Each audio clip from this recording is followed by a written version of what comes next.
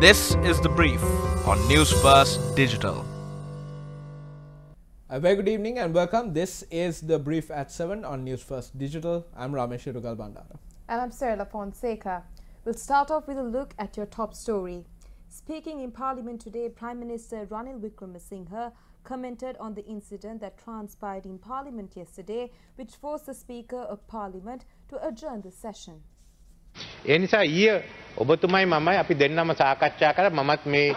Yesterday, both you and I had a discussion on this. As soon as I heard about the statement made by Vijay Maheshwaran, I began to look into it.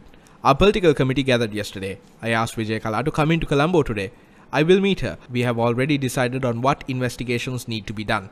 Look at who initiated yesterday's incidents. It is the same people who appointed Karuna, who is responsible for the deaths of 600 police officers, their party's deputy chairman. It is the same people who sent money to Prabhakaran to win a presidential election. The same people who put the army commander who won the war in prison. How can they speak in this manner today? You need to take stern action. We all know that they created an incident yesterday to bury the New York Times story.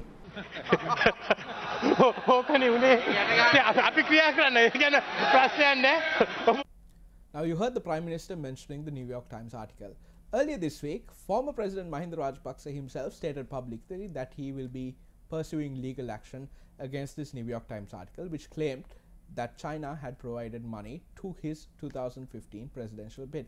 However, it seems like the former president has taken a step back. Let's listen to what he had to say during an event held today.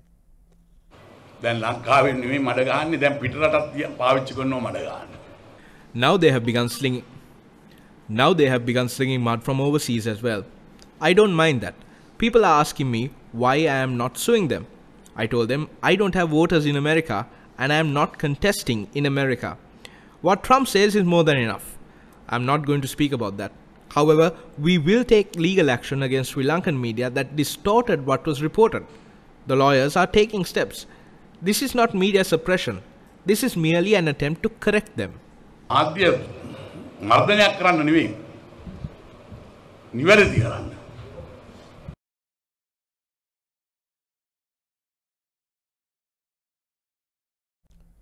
There is a dispute that is brewing between two state-owned companies, the Ceylon Petroleum Corporation on one hand and the national carrier Sri Lankan Airlines on the other.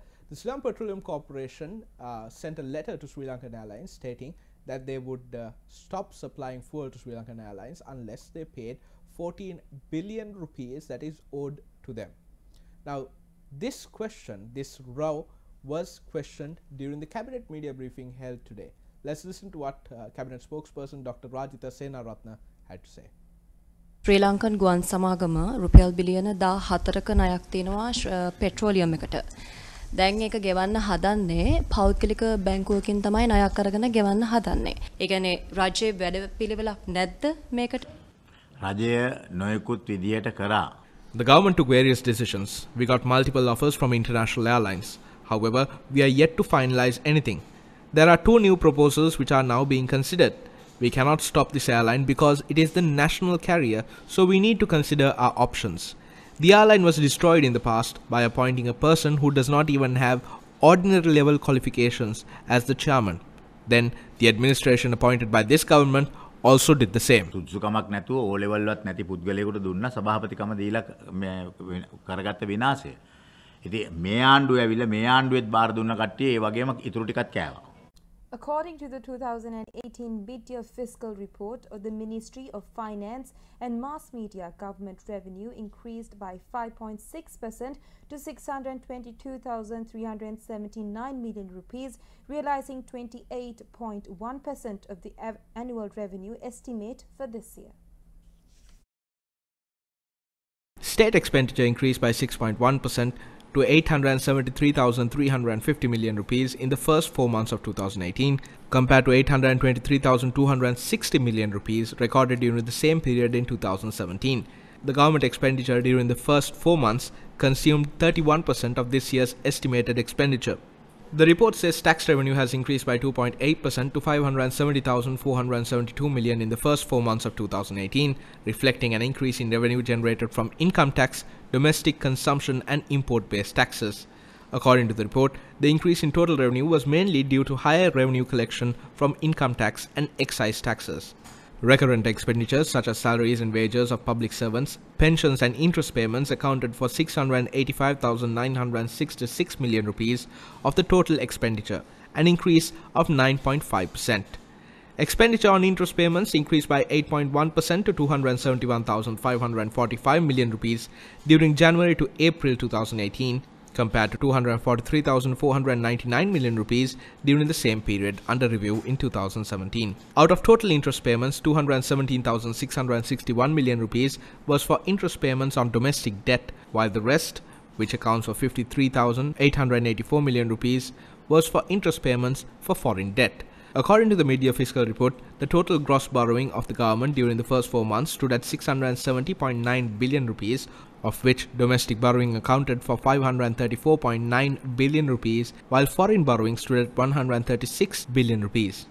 By the end of April 2018, the total outstanding external debt of the government was 31.6 billion US dollars. Total debt service payments from 1st of January to the 30th of April 2018 amounted to 715.6 million US dollars. The total estimated debt service for 2018 is 2,900.9 million US dollars, of which 25%, according to the report, has already been made by the 30th of April. Teachers, principals and other education sector officials engaged in a trade union action opposite the Ministry of Education today.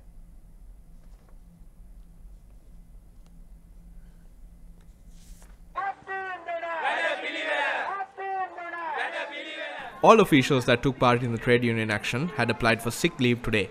They charged that it is unfair for the government to grant new appointments to the education sector by stating that it has been done because the individuals receiving the appointments were subject to political vengeance. According to our correspondents around the country, educational activities in areas outside Colombo were severely affected by the trade union action launched by the teachers and principals.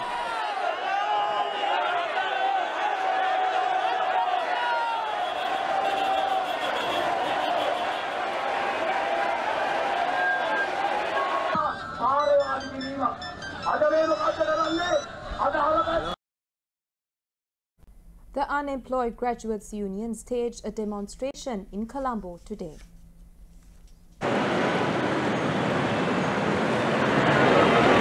The unemployed graduates who gathered at the Fort Railway Station marched towards the Presidential Secretariat. Their aim was to draw the government's attention to issues that have arisen with regard to granting jobs for unemployed graduates. The protesters were stopped by the police at the Lotus Road, and 5 members of the group were granted an opportunity to enter the Presidential Secretariat. Afterwards, the group dispersed. The unemployed graduates noted that they were able to hand in a letter highlighting their concerns.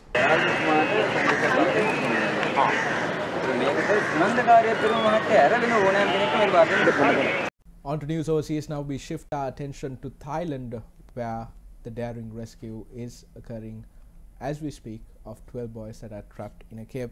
A video taken inside a flooded cave in northern Thailand shows a group of 12 boys and their soccer coach huddled together as a medic treats cuts on their legs, arms and feet. In the video, one of the boys, all of whom are wrapped in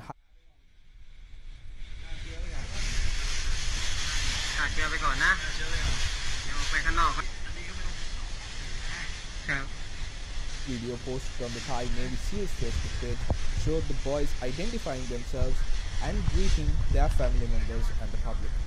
The group was found alive on Monday after 9 days trapped deep inside the flooded Tham Luang cave complex. 7 members of the Thai Navy SEAL team are staying with the trapped boys, according to a SEAL commander. Rescuers now have decided the best route to get the group out in the recent conditions.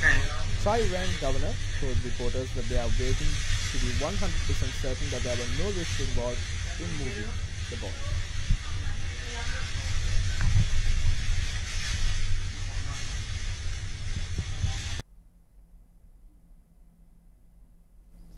On to France now, where cars and buildings were burned during riots in the western French city of Nantes yesterday, which erupted following the death of a young driver shot by police during an attempted arrest.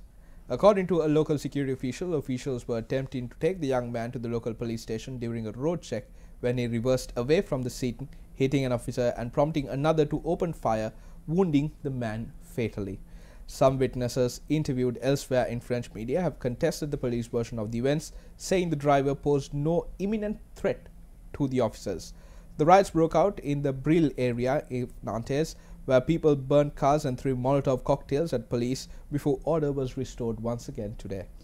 Local Mayor Joanna Roland swore to shed light on the incident whilst calling for calm.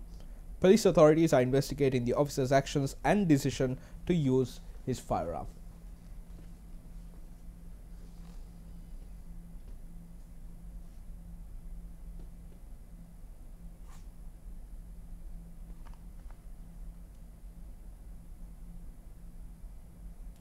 And that's a wrap of the brief at 7. As always, send in your thoughts and views in the comments section below.